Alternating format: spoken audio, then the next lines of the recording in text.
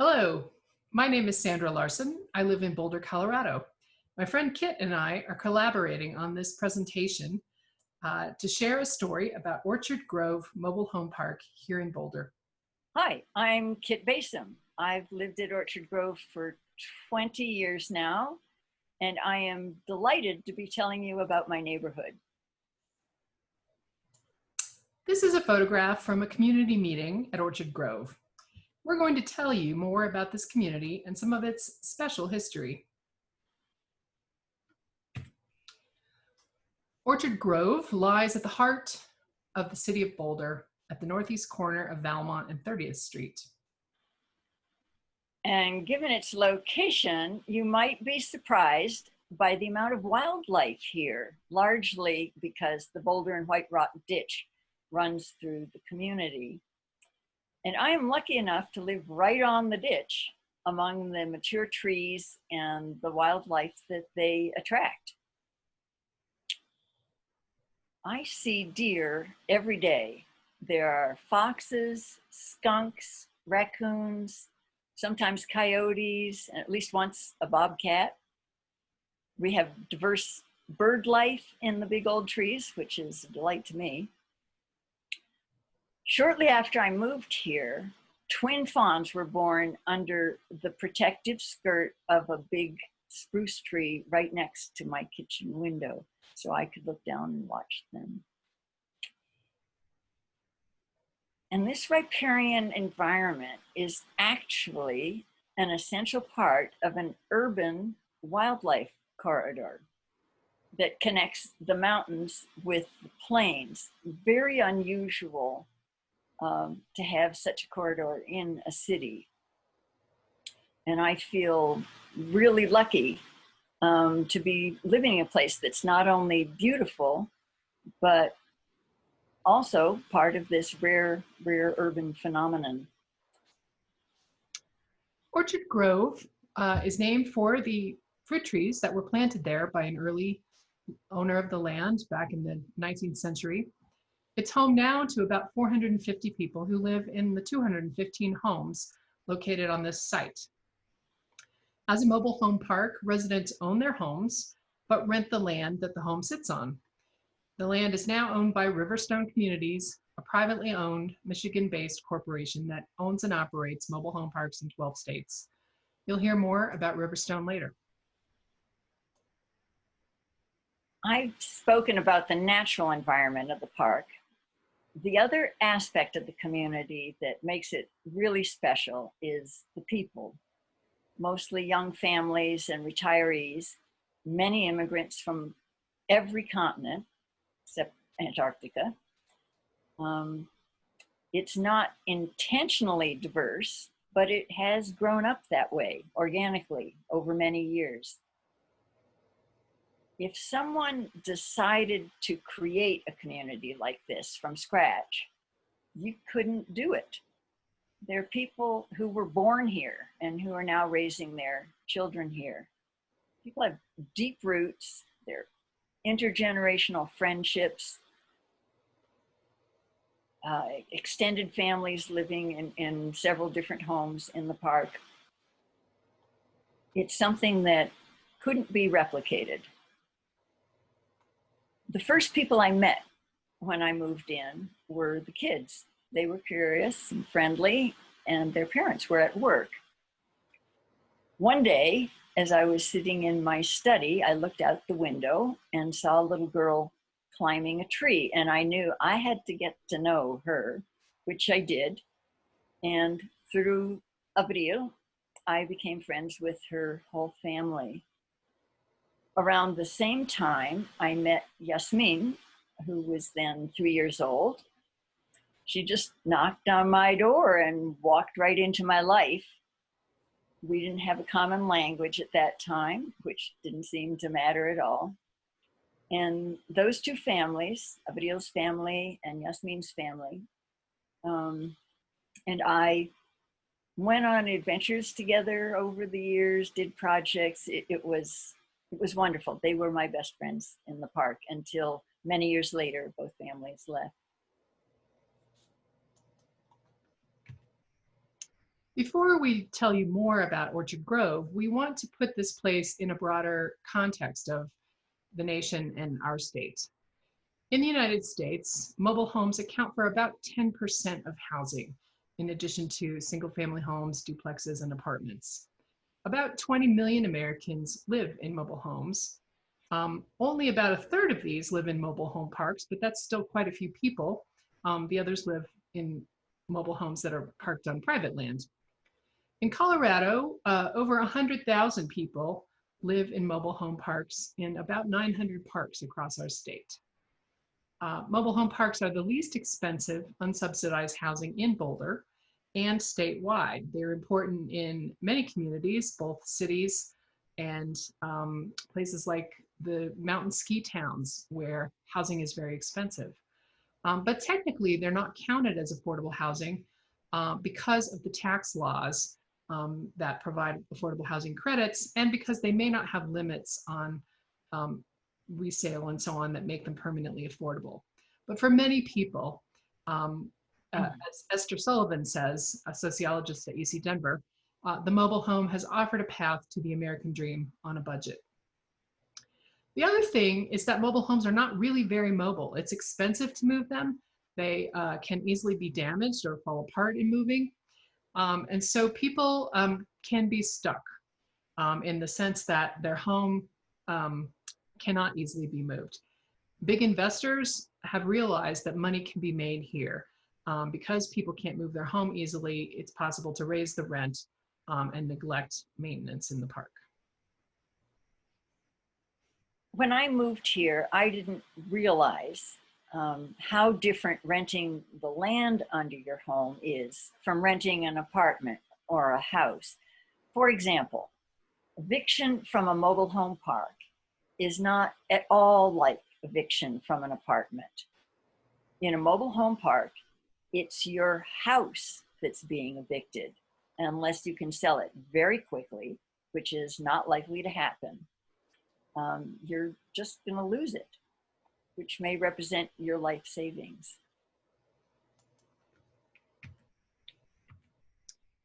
Social scientists who study mobile home communities find that people who live there often live there a long time and develop very strong social ties. Contrary to stereotypes of low-income people, crime rates tend to be lower, not higher, than the surrounding communities. This is true in Orchard Grove too. And I've noticed that people here look after each other. For example, within the first year that I lived here, I was driving into the park one day and someone I didn't know flagged me down. I rolled down the window and he made a sound with his mouth that sounded just like the sound my car was making. I was embarrassed. I thought he was complaining about the noise, which I had been worried about. And I was stumbling over my words, trying to tell him that, oh, I'm gonna get it fixed, don't worry. Meanwhile, he was pointing at the front left wheel on my car. And then he gestured to himself and said, I fix.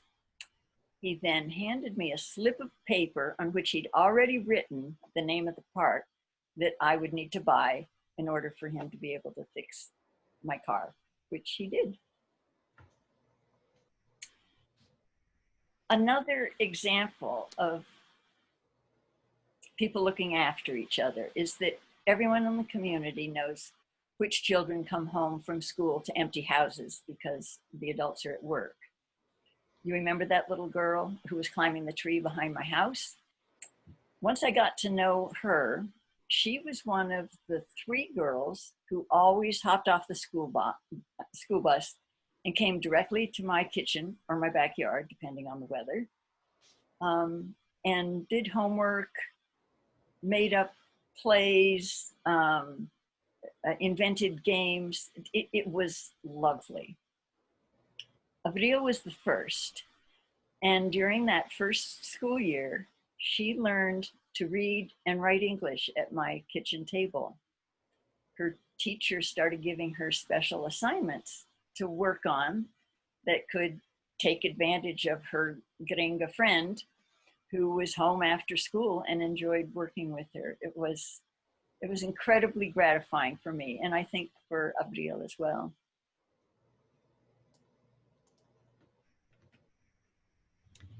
Because of these deep connections, Orchard Grove residents have learned to stick up for themselves and for each other. The story begins in the 1980s when Boulder's City Council created the mobile home only zoning category in order to preserve mobile home parks as affordable housing. They intended to modify the zoning for all the parks in the city. When that was announced, the owners of Orchard Grove at the time sent out a threatening letter to all residents, telling them to tell council that they didn't want it rezoned. Why the city fell for this is not quite clear.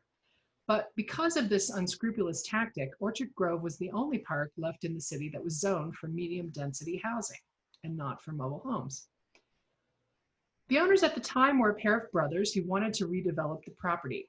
They were waiting until the city expanded and developed in the area around the park, figuring this would raise the value of their land. In 2008, they tried to sell it to a developer who would remove the mobile homes and put up other housing. Most people here would thus lose their homes because most would not be able to move them to somewhere else. But someone found out about the proposed sale. And that triggered an overnight emergency action to flyer all the homes in the park. So people woke up the next morning and found notices describing the threat to the community and requesting that anybody who could attend a city council meeting that evening to plead for their help. Because it was such short notice, we didn't really know if anyone would show up. But in fact, everyone came, grandmothers, babies, teenage boys. We didn't fit in the council chambers. We spilled down the stairways and filled up the lobby. People were in their Sunday best in respect for the place, the council, and the proceedings. It gave me chills to see people who'd been disenfranchised show up and be recognized. And we got city council's attention. Eventually, a resident found the smoking gun letter, the threatening one that led to Orchard Grove being left out of the original mobile home zoning. City council took action, clarifying that it wasn't a zoning change, it was a zoning correction, rectifying a mistake that had been made back in the 80s. It was a really satisfying victory. But the owners figured we had lost them many millions of dollars. Of course, we hadn't lost them that money. It was their own unscrupulous behavior that had set them up for that failure. Even so, in the following years, they took out their anger on us with huge rent increases, one after another, and with vicious retaliatory action. For example, they took down the beautiful, beloved cottonwood at the heart of the park, the place where everybody met. We asked the crew that was taking it down why they were doing it, and they said they had no idea. It was in good health and was what they called a beautiful specimen tree. Well, we had a pretty good idea why it was being removed. One of the owners on another day stood and watched as he forced a weeping resident to cut down her peach tree that she'd planted in front of her house and made her dig up her native plant garden that she had developed over the course of decades. In an unguarded moment, one of the owners even told us that the rent went up because our neighborhood association had interfered with their business. But it was obvious to everyone that it was retaliatory. We gathered together with help from the city and from a national organization that is dedicated to promoting resident-owned parks, made a bid to buy the property ourselves, offering above market value. And the owners didn't even have the courtesy to respond to our offer. All of this made news and attracted the attention of an economist who is now at Duke University, Charles Becker, inspiring him to completely change the direction of his professional research to explore the economics of mobile home parks, something no economist had ever studied before. He hoped to provide the data that future activists and legislators could use to argue the case for reform of what was essentially, he recognized, as a feudal system in which the landowners could do whatever they wanted and the homeowners were powerless. More about him later. These events also raised Boulder City Council's awareness of the inequities at mobile home parks. They decided to support an effort to strengthen the state law protecting mobile home park residents. Since they didn't know what the issues really were, but they knew some folks who did, they asked Orchard Grove residents to write up the provisions we wished were part of the Colorado Mobile Home Park Act. We spent a couple months researching the laws in other states and then interviewing legal aid attorneys around the country to find out what language actually held up in practice. And then we drafted the bill we wished would be introduced. And such a bill was passed in 2010, although the strongest provisions had been clipped out in committee. But we can truthfully say that we helped write the law that protects mobile home park residents in Colorado. In 2015, the owners did sell the property to Riverstone, the company we mentioned earlier. Very soon after taking over, Riverstone announced they would bill residents extra for water, in violation of the lease terms that say water is included in the rent. When the new policy was announced, the Neighbors Association notified them that the water fee was illegal. And Riverstone insisted that they knew the law well and were certain that their actions were legal. They didn't realize that they were talking with some of the people who'd actually helped write the darn law. And I think someone might even have mentioned that to them, which I'm sure didn't help if that's what happened. We even suggested 2 or 3 legal ways they could get more money from us, but Riverstone ignored our advice and proceeded to charge the illegal water fees. So we organized to resist. One resident, Lisa Ferreira, refused to pay the water fee, standing up for all of us as a test case. Riverstone started eviction proceedings against her, and she took them to court. She couldn't afford a lawyer, so she represented herself really well. I've heard the recording of that hearing, and the only person in the room who actually quoted the law was Lisa. Neither the judge nor Riverstone's attorney seemed to know anything about the law, but the judge ruled in favor of the man in the 3-piece suit. So Lisa appealed the decision to district court. If she lost the appeal, she would have to leave her home within 48 hours. That was the law. We had the help of a good lawyer for this hearing, who specialized in appeals, and the district court overturned the first ruling. Then Riverstone asked the state Supreme Court to review the case.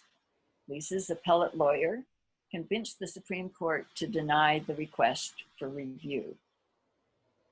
That meant that the district court's ruling not only stood, but applied to everyone at Orchard Grove. Everyone would get their money back from the water fees with interest, which amounted to over $100,000. And Riverstone had to pay our legal fees. And it also set a precedent for similar cases anywhere in the state. Another big victory for Orchard Grove. But once again, it was a victory with strings attached. Another year and a half of legal action was required to actually secure the refunded water fees for residents. And in the meantime, Riverstone continued to raise rents, threaten people with eviction for violations of rules that didn't even exist. I couldn't believe they kept doing that over and over again. And retaliate in other ways that clearly violated the settlement agreement that they had signed. For example, even though there were no parking rules in the park, Riverstone decided that some cars were parked improperly and had them towed away. People who couldn't pay the towing company fee to get their cars back were forced to sign over the title of their vehicle in order to retrieve their belongings and their tools. Something they had a legal right to do in any case, but they didn't know that. That company stole people's cars and trucks. One unscrupulous company hired another unscrupulous company to perpetrate crimes against residents of the park. I should also mention that although the very broadly written district court decision could be cited in similar cases throughout the state, the problem is that there never are cases taken to court other than ours. Mobile home park residents generally don't have the time, the money, or the awareness of the law's potential protections that are necessary to initiate a lawsuit. Without any enforcement mechanism, the Colorado Mobile Home Park Act was basically inaccessible. It was dormant until Edie Hooten, who is the state House representative for North Boulder, introduced a bill in 2019 that would provide the needed enforcement without requiring residents to hire a lawyer. Such bills have gone down to defeat over and over. But by 2018, there was a Democratic majority in the legislature. And here's where the story really gets fun. Remember we told you about the Duke economist who started researching mobile home park economics back in 2008 at the time of the redevelopment crisis? Late night talk show host John Oliver, whom you may be familiar with, drew on that research, interviewing Professor Becker repeatedly and at length to craft one of his scathing reports about predatory practices of the owners of mobile home parks, the same predatory practices that we at Orchard Grove had been experiencing. And Edie Hooten used that TV segment to promote the bill she had initiated on enforcement of Colorado's mobile home park regulations. If you know that TV show, you can imagine that Edie's version of the video required considerable cleaning up of Oliver's colorful language. But she succeeded in gaining some Republican votes as well as Democratic ones, and the bill passed and was signed into law by Governor Jared Polis in 2019. It expands protections for mobile home park residents statewide, establishing processes for filing and mediating complaints, and extending the notice period for evictions from parks. I just think this is so cool. The story of Orchard Grove's struggles in 2008, moved east to Duke University, then went national thanks to John Oliver, and via his program returned to Colorado just in time to influence the vote on landmark legislation Sponsored by Orchard Grove's State House representative. That law now protects the over 100,000 mobile home park residents throughout the state. I just think it is so cool how the suffering and the perseverance of Orchard Grove residents boomeranged across the country and back, expanding its influence along the way. By the way, the picture at the bottom of this slide, you can see my very Republican neighbor, Ginger, in light blue, applauding our Democratic State House representative and Democratic governor after the bill was signed into law. Also really cool. Orchard Grove's activism continues to have positive ripples, even within the last few weeks as we record this. 2 more mobile home park laws passed this last legislative session and were signed on June 30th of 2020 and became law. One of those laws protects mobile home park residents from retaliation, and we've seen how much that is needed. The second sets up a process whereby homeowners can buy the land in their park if the current owner is seeking to sell or redevelop. Again, something that would have been helpful when Orchard Grove began its journey. Meanwhile, things continued to happen in Orchard Grove. There was another water crisis, this time due to broken water mains that left residents without water for a week in February. The city of Boulder provided emergency water and made repairs, even though those pipes are within the park and thus Riverstone's responsibility. And it was Mary Young on city council who got off the bus on her way home from work one day to see if the rumors were true about Orchard Grove's being in desperate straits. She was the one who sounded the alarm and got the gears turning to solve the problem. Then, not long after, there was a sewage backup that affected many homes and polluted the ditch. Then people started receiving notices that their rent were late, even people who had paid reliably for many years. Eventually, it was discovered that someone connected to park management had probably stolen those rent payments. The discovery of fraud also revealed that many residents used money orders to pay their rent. They didn't have bank accounts where payments are more secure and traceable. Kit and other neighbors reached out to Elevation's credit union to host a workshop about the relative merits of money orders and checking accounts. Elevations helped residents set up new personal and business accounts, and they even paid the initial deposit of $25 that was required to open an account to make it easy for residents to do so. I hope these stories show you that Orchard Grove residents are strong. They are resilient and collaborative.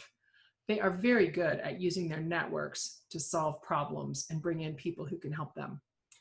But they are also vulnerable because of their income and housing situations. The pandemic of spring 2020 has hit them hard. Many people in the park have jobs in the service industries or in the trades. Some of these jobs were shut down when we all went into quarantine. People were out of work.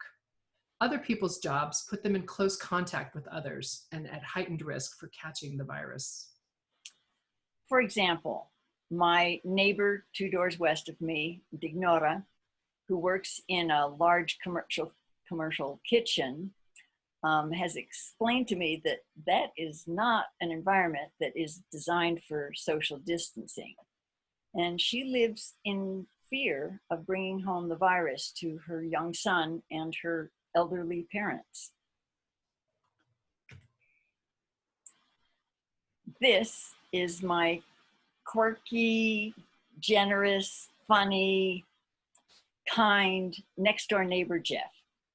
I asked him to take a picture of himself wearing the mask that a friend of mine had made for him because she knew that he was a janitor. Initially, he lost his job because of the pandemic, but he was then reclassified as an essential worker and asked to return to work. He couldn't decline without losing his job for good. And it was back at work that he was exposed to someone with COVID-19. So he was forced to go into 2 weeks of self-quarantine. Fortunately, he didn't get the disease. But it was his experience that woke me up to the fact that essential workers are the people who do the jobs that allow the rest of us to stay safe, assuaging our discomfort by calling them heroes. In order to help Orchard Grove residents who have lost work during the pandemic due to workplace closures or due to caring for other people or getting sick themselves and other financial stresses, the neighborhood has partnered with the City of Boulder to establish a designated support fund for people who are experiencing financial need. The city's Department of Housing and Human Services receives the funds from donors and distributes them to residents who request help. Wanda Pellegrina Calda is the HHS staff person who manages the fund. We've shown a link here to download a form that explains where and how people can make donations. Before the pandemic, I didn't know that the city could help in this way. As a Boulder resident myself, I really appreciate that the city can provide a direct way to support people who are having hard times. I'm glad the city can do this in a way that is knowledgeable about the community, sensitive and informed about individuals' needs, and accountable to donors. I've donated to this fund, and if you have the resources to do so, I hope you'll consider it too. One theme I hope you've picked up in this story is about good government. People need to be able to turn to local and state officials to get help with community problems. Responsive officials will not only help with the immediate problem, but will listen to those issues and work to develop policies that can help to solve these problems for more people over the longer term. Good government matters, and that means elections matter.